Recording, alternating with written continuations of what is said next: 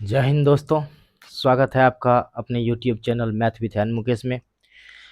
हम लोग math basics का अध्ययन कर रहे हैं, जिसमें कि पिछले क्लास में ज्योमेट्री स्टार्ट किए थे। ज्योमेट्री में हम लोग पॉइंट, लाइन, एंगल, बिंदु, रेखा, कोण, त्रिभुज तक पढ़ चुके हैं। त्रिभुज, ट्रायंगल तक हम लोग पढ़ चुके हैं। आज हम लोग अध्ययन करेंगे चतुर्भुज के बारे में। चतुर्भुज को इंग्लिश में हम लोग कहते हैं क्वाड्रिलेटरल। चतुर्भुज, चतुर्भुज इसके नाम से ही आपको स्पष्ट लग रहा है। चतुर्भुज मतलब चार भुजा होगा। चतुर्भुज मतलब चार भुजा वाले। चतुर्भुज को हम लोग क्या कहते हैं? क्वाड्रिलेटरल। QUARDILETRAL, quadrilateral. क्वाड्रिलेटरल किसको कहते हैं? सबसे पहले ये डिफिनेशन हम लोग जान लेते हैं कि चतुर्भुज किसको कहते हैं। सीधा सीधी अभी हमने बताया कि चार भुजाओं से बंद क्षेत्र को हम लोग क्या कहेंगे? चतुर्भुज कहेंगे। चार भुजाओं से बंद क्षेत्र चतुर्भुज कहलाता है। चतुर्भुज, इसको हम लोग इस तरह से मार्क करके कहीं लिख देते हैं। इसको ऐसे जब कहीं हम लोग लिख देंगे तो इसको हम लोग क्या पढ़ेंगे? चतुर्भुज। ठीक है, चतुर्भुज इतना बड़ा नहीं लिख करके चतुर्भुज को इतना बड़ा नहीं लिख करके हम लोग इस तरह से भी चतुर्भुज को इंडिकेट कर सकते हैं। तो चार भुजाओं से बंद क्षेत्र को क्या कहते हैं? चतुर्भुज कहते हैं। इसके फिगर से ही हम लोग इसको डिफाइन कर लेते हैं पूरा। तो इसके लिए सबसे पहले फिगर ले लेते हैं। सपोज कीजिए कि ये एक फिगर है ABCD। इसमें हम लोग क्या देख रहे हैं कि इसमें चार भुजाएं हैं। एक है AB, दूसरा है BC, तीसरा है CD और चौथा है AD। ठीक, इसमें भुजा कौन सब है? भुजा चार, जिसका नाम है AB, BC, DC या CD और AD। चार भुजा हो गए। ठीक है, अब देखिए हम लोग यहाँ देखते हैं एंगल 1 2 3 4। चार एंगल है, 1 2 3 4। कोण कितने हैं? चार कोण है। Angle 1, angle 2, angle 3, angle 4। इसमें सम्मुख कोण, ये दोनों क्या हो जाएंगे? सम्मुख कोण हो जाएंगे। आमने सामने को हम लोग क्या कहेंगे? सम्मुख कोण कहेंगे। और जो ऊपर नीचे है उसको हम लोग क्या कहेंगे? एकांतर कोण, अंतः एकांतर कोण, जो कि हम लोग समांतर रेखा में पढ़ चुके हैं और आगे भी पढ़ेंगे अंतः एकांतर कोण सब क्या होता है। उसके बाद शीर्ष हम लोग देखते हैं कितना है। शीर्ष मतलब कि उसका एंड पॉइंट, उसके कोना का, कॉर्नर का एंड पॉइंट। ये एंड पॉइंट हम लोग नजर आ रहा है। यही एंड पॉइंट जो चार नजर आ रहा है, यही हम लोग को क्या हम लोग क्या कहते हैं? इसको शीर्ष कहते हैं। चतुर्भुज के शीर्ष। तो चतुर्भुज के चार शीर्ष होते हैं, A B C और D। वर्टेक्स इस फिगर के अनुसार हम लोग यहाँ लिख रहे हैं। आप जैसा नाम रखेंगे उस तरह से आप उसको लिख सकते हैं। उसके बाद चतुर्भुज की, अब देखिए कि इस चतुर्भुज की अगर ऊंचाई हमें कहना हो तो ये जो यहाँ से किसी भी शीर्ष से सामने वाली भुजा पर हम लंब खींच देते हैं, वही उसका क्या कहलाती है? ऊंचाई कहलाती है, जिसको हम लोग h द्वारा हालांकि डिनोट करते हैं, हाइट के द्वारा। ठीक है, तो चतुर्भुज का क्षेत्रफल बराबर क्या होता है? चतुर्भुज का क्षेत्रफल बराबर आधार गुना ऊंचाई। ठीक है, उसके बाद चतुर्भुज का, चतुर्भुज था यहाँ, चतुर्भुज का परिमाप बराबर क्या होता है?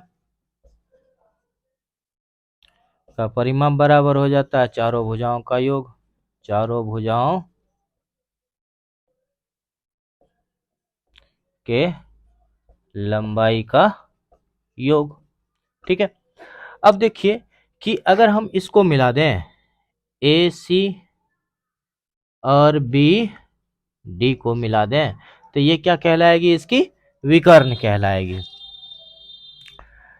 तो इसमें विकर्ण कितना होता है? विकर्ण की संख्या कितनी होती है? दो विकर्ण होती है। और इस फिगर के अनुसार क्या हो जाएगा? AC और BD। AC और BD दो विकर्ण होती है। ठीक है, जो एक दूसरे को कहीं ना कहीं प्रतिच्छेदित करती है, ठीक है। और इसके विकर्ण के एक दूसरे को प्रतिच्छेदित करने के कारण क्या होता है, अलग अलग त्रिभुजों का निर्माण होता है, जो कि हम लोग आगे पढ़ेंगे। अब हम लोग आते हैं, चतुर्भुज के गुण तो पढ़ चुके, अब इसके ये जो हम लोग अभी देख रहे थे ये इसका क्या है, गुण है, जिसको हम लोग शॉर्ट में लिख लिए। इसी को बड़े भाग में लिख सकते हैं, भाषा में लिख सकते हैं। चतुर्भुज के चार भुजा होते हैं जिसके नाम फलाना फलाना फलाना है, उसके चार कोण होते हैं जिसके नाम ये है। इस तरह से भी हम लोग लिख सकते हैं, या इसको हम मैथमेटिकल भाषा में डिनोट करके भी समझ सकते हैं, लिख सकते हैं। तो अब इसको आप लोग नोट कर लीजिए या स्क्रीनशॉट ले लीजिए, आगे बढ़ेंगे हम लोग। इसके भाग जान लिए, चतुर्भुज के क्या सब भाग होते हैं, चार कोण, चार भुजा, दो विकर्ण, चार शीर्ष, क्षेत्रफल, परिमाप, ये सारा चीज के बारे में हम लोग चतुर्भुज के बारे में जान लिए। अब चतुर्भुज के प्रकार के बारे में जानते हैं, चतुर्भुज के कितने प्रकार होते हैं। टाइप्स ऑफ क्वाड्रिलेटरल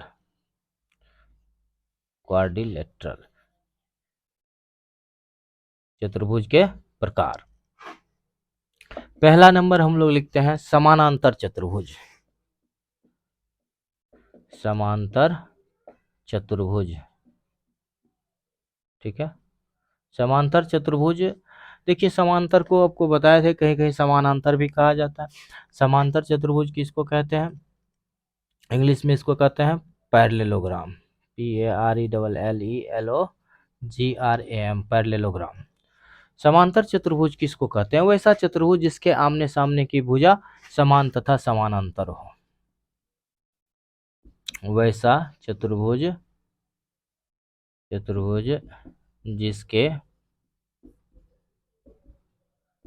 आमने सामने की भुजा समान तथा समानांतर हो, समांतर चतुर्भुज कहलाता है।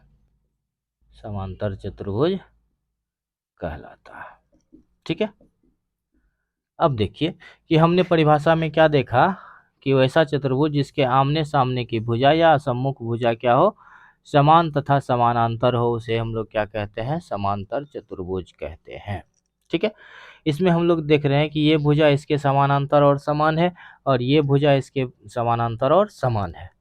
तो अकॉर्डिंग टू फिगर, या इसका प्रॉपर्टीज जान लीजिए, प्रॉपर्टीज कह दीजिए, या फिर इस फिगर से ऐसे ही हम लोग समझ सकते हैं कि प्रॉपर्टीज में इसका पहला देखते हैं क्या होता है कि ये भुजा A B is equal to and parallel to C D, ठीक है। डी सी लिख लीजिए, ज़्यादा अच्छा रहेगा। उसके बाद A D is equal to and parallel to B C, ठीक है।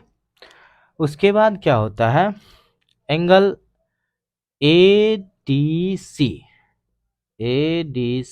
बराबर एंगल ए बी सी। उसके बाद एंगल डी ए बी बराबर एंगल बी सी डी। हम लोग देखते हैं इसके सम्मुख कोण क्या हो जाते हैं, समान हो जाते हैं, ठीक है। इसके विकर्ण जो है, इसके विकर्ण एक दूसरे को समद्विभाजित करते हैं।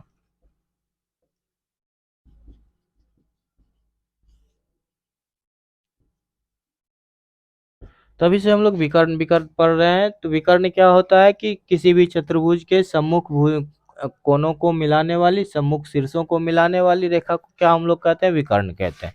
जैसे सपोज कीजिए ये क्या है, इसका विकर्ण है, ये इसका क्या है, विकर्ण है। ये एक दूसरे को जहाँ प्रतिच्छेदित कर रही है, ये क्या है, इस भुजा के लिए भी मध्य बिंदु है और इस भुजा के लिए भी मध्य बिंदु है, मतलब इसके विकर्ण एक दूसरे को समद्विभाजित करते हैं।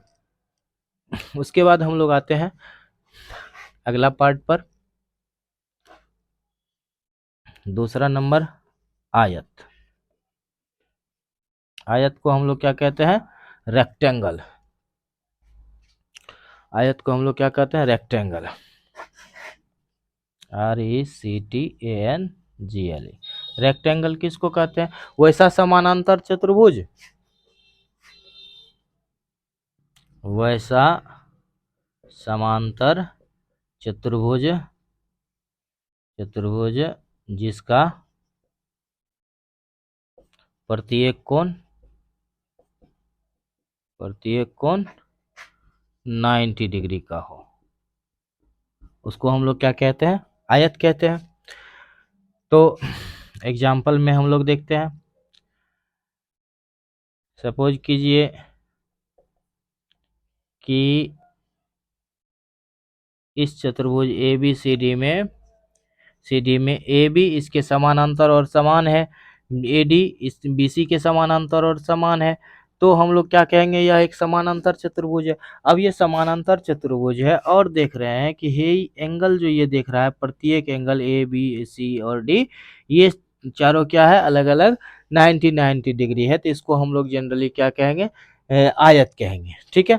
आयत के विकर्ण भी होते हैं, इसके दो विकर्ण हैं, इसके दो विकर्ण क्या करते हैं? एक दूसरे को समद्विभाजित करते हैं। जैसे इसमें देखे थे, जितनी प्रॉपर्टी इसमें है उसमें इसमें भी वही प्रॉपर्टी हो जाएगी, और प्रॉपर्टी में एक प्रॉपर्टी बढ़ जाएगा, एंगल ए बराबर एंगल बी बराबर एंगल सी बराबर एंगल डी बराबर हो जाएगा 90 डिग्री, और all and other are same. और जितना भी चीज़ हम देख रहे हैं और सब चीज़ बराबर हो जाएगा। जैसे हो जाएगा ए बी बराबर सी डी, ए बी बराबर and parallel to C D, उसके बाद B C is equal to and parallel to A D. ठीक है। इस तरह से विकर्ण भी एक दूसरे को समद्विभाजित करेंगे। ठीक है। और विकर्ण इसमें क्या हो जाएंगे? बराबर हो जाएंगे। ए सी बराबर हो जाएगा ए सी बराबर हो जाएगा बी डी के, और ये एक दूसरे को समद्विभाजित भी करेंगे। ठीक है। ये समान हो जाएगा, ये समान हो जाएगा, मतलब चारों पार्ट इसका समान हो जाएगा। तो हम लोग आयत के बारे में पढ़ लिए, इसका आप लोग स्क्रीनशॉट ले लीजिए। तो चतुर्भुज में हमने जाना कि 4 कोण, 4 शीर्ष, 4 भुजा और 2 विकर्ण होते हैं, और इन सारे भागों में जो गुण होता है उस गुण के आधार पर इसके प्रकार को विभाजित किया गया है, इसके टाइप्स को अलग अलग डिफाइन किया गया है। तो अब इसके बाद हम लोग आते हैं वर्ग के बारे में जानते हैं। नेक्स्ट पॉइंट है तीसरा नंबर ना, तीसरा नंबर हम लोग पढ़ेंगे वर्ग। वर्ग को हम लोग कहते हैं स्क्वायर। स्क्वायर क्या होता है? वैसा समानांतर चतुर्भुज, वैसा समांतर चतुर्भुज जिसका प्रत्येक भुजा बराबर हो, प्रत्येक भुजा बराबर हो, बराबर हो। हम लोग समांतर चतुर्भुज में क्या देखते थे कि सम्मुख भुजा बराबर थी। यहाँ हम लोग वर्ग में क्या देख रहे हैं? वैसा समांतर चतुर्भुज जिसकी प्रत्येक भुजा बराबर हो तथा प्रत्येक कोण 90 डिग्री का हो, वो क्या कहलाएगा? वर्ग कहलाएगा। ठीक है। अब देखते हैं इसका एग्जाम्पल हम लोग देखते हैं। सपोज कीजिए समांतर चतुर्भुज तो ये होगा ही, समांतर चतुर्भुज तो ये होगा। अब एक वर्ग भी होगा। कैसे? क्योंकि इसकी चारों भुजाएं समान हो गई। सपोज कीजिए कि ए बी सी डी है, इसकी ये भुजा इसके समान है, ये भुजा इसके समान है, मतलब चारों भुजाएं समान है, ये एक दूसरे के समानांतर भी हैं, और प्रत्येक कोण 90 डिग्री है, तो ये क्या कहलाएगी? वर्ग कहलाएगी। इसकी सारी प्रॉपर्टीज आयत के समान होंगी, सिर्फ एक प्रॉपर्टी इसमें बदल जाएगा। एक्स्ट्रा प्रॉपर्टी में आप इसको ले सकते हैं कि इसके विकर्ण समकोण पर समद्विभाजित होते हैं। विकर्ण एक दूसरे को समकोण पर समद्विभाजित करते हैं। समद्विभाजित करते हैं। ठीक है, ये अंतर है। दूसरा अंतर क्या है कि इसकी चारों भुजा समान होती है, चारों भुजा समान, मतलब हो जाएगा ए बी बराबर बी सी बराबर सी डी बराबर ए डी। और सारा प्रॉपर्टीज तो हम लोग जान ही रहे हैं। इसका जो है सो आमने सामने की भुजा समानांतर होगी, प्रत्येक कोण 90 डिग्री का होगा, एंगल ए बराबर एंगल बी बराबर एंगल सी बराबर एंगल डी बराबर 90 डिग्री। ये सारा चीज तो होगा ही। इसके विकर्ण एक दूसरे को समकोण पर समद्विभाजित करते हैं, ये सारा हम लोग जान गए। अब आते हैं अगला पॉइंट, वर्ग के बाद हम लोग पढ़ेंगे समचतुर्भुज। समचतुर्भुज, समचतुर्भुज, समचतुर्भुज क्या होता है? इस समचतुर्भुज को इंग्लिश में हम लोग कहते हैं रोम्बस, RHOMBUS, RHOMBUS, रोम्बस। समचतुर्भुज किसको कहते हैं? यह तो वर्ग के आकार का ही होता है, सिर्फ अंतर यह होता है कि इसके कोण जो है 90 डिग्री के नहीं होते हैं। ठीक, मतलब वैसा समांतर चतुर्भुज, वैसा समांतर चतुर्भुज, चतुर्भुज जिसका प्रत्येक भुजा बराबर हो, प्रत्येक भुजा बराबर हो, बराबर हो।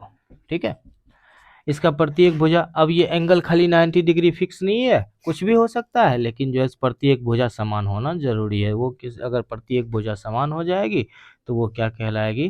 रोम्बस कहलाएगी, मतलब समचतुर्भुज कहलाएगी। सपोज कीजिए ए बी सी डी एक चतुर्भुज है जिसके आमने सामने की भुजा और सारे भुजाओं की लंबाई आपस में समान है। ठीक है, इसके सम्मुख आमने सामने के कोण तो समान होंगे, काहे कि समांतर चतुर्भुज है ही।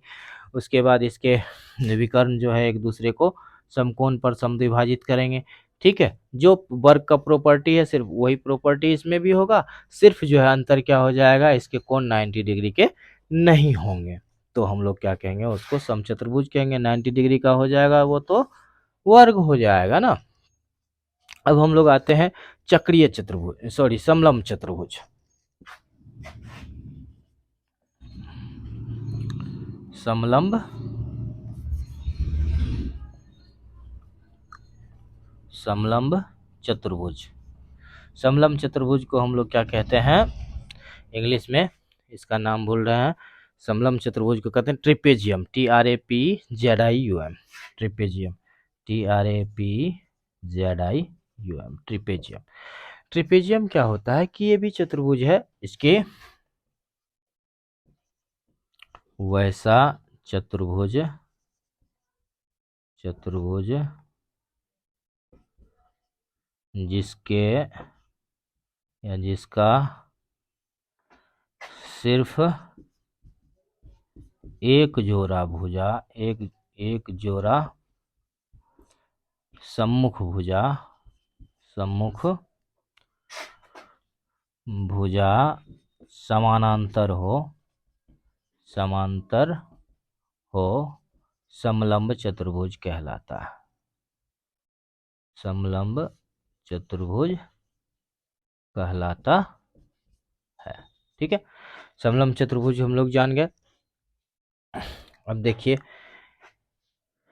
इसका एग्जाम्पल हम लोग ले लेते हैं। एग्जाम्पल में हम लोग देखते हैं समलंब चतुर्भुज क्या होता है। देखिए अभी हमने क्या पढ़ा कि वैसा चतुर्भुज जिसका एक जोड़ा समानांतर हो, तो इसमें हम लोग देखते हैं ये दोनों समानांतर है। सपोज कीजिए ABCD यह एक चतुर्भुज है जिसमें एक जोड़ा इसका समानांतर है, तो इसको हम लोग क्या कहेंगे? समलंब चतुर्भुज कहेंगे। आप लोग इसको नोट कर लें।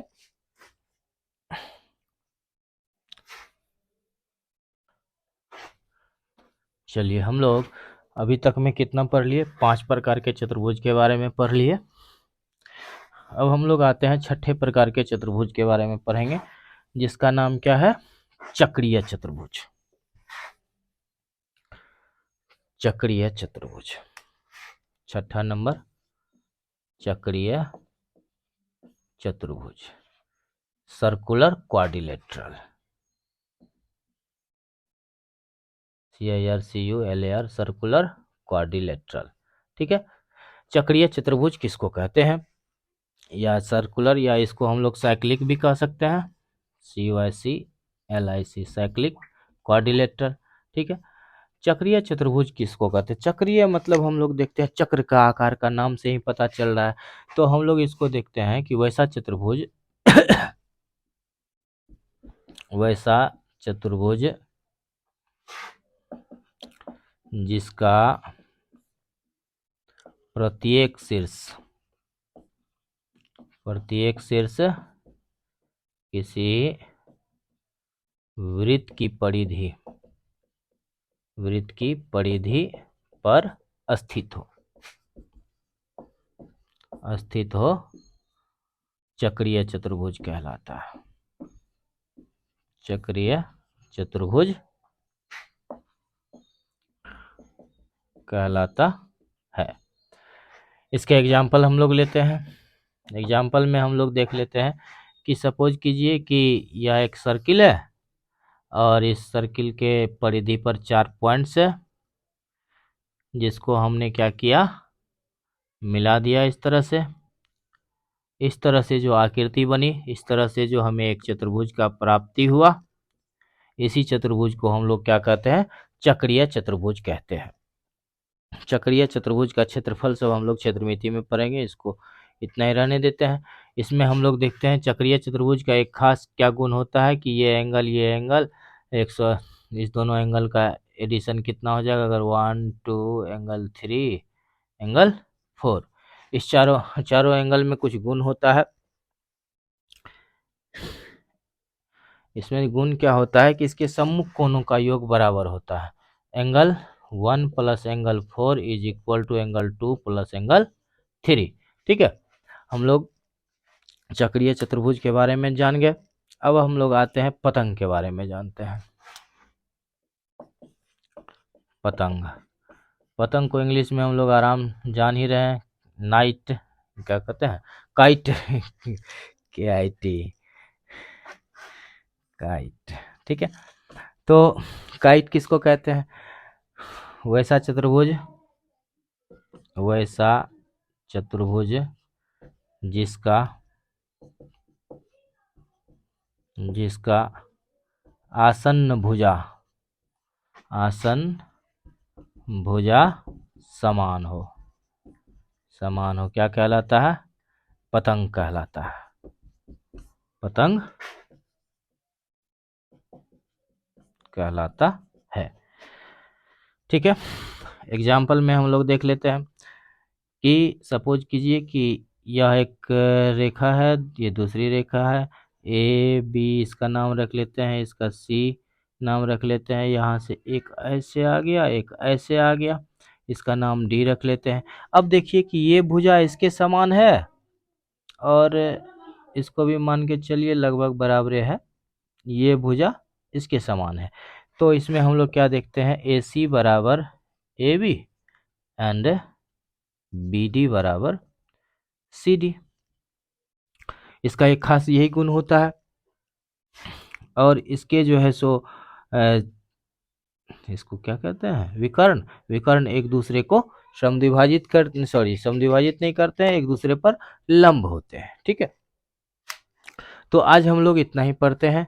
आज हम लोगों ने देखा कि चतुर्भुज किसको कहते हैं, चतुर्भुज के कितने प्रकार होते हैं, उसके कितने भाग होते हैं, उसके क्या क्या गुण होते हैं।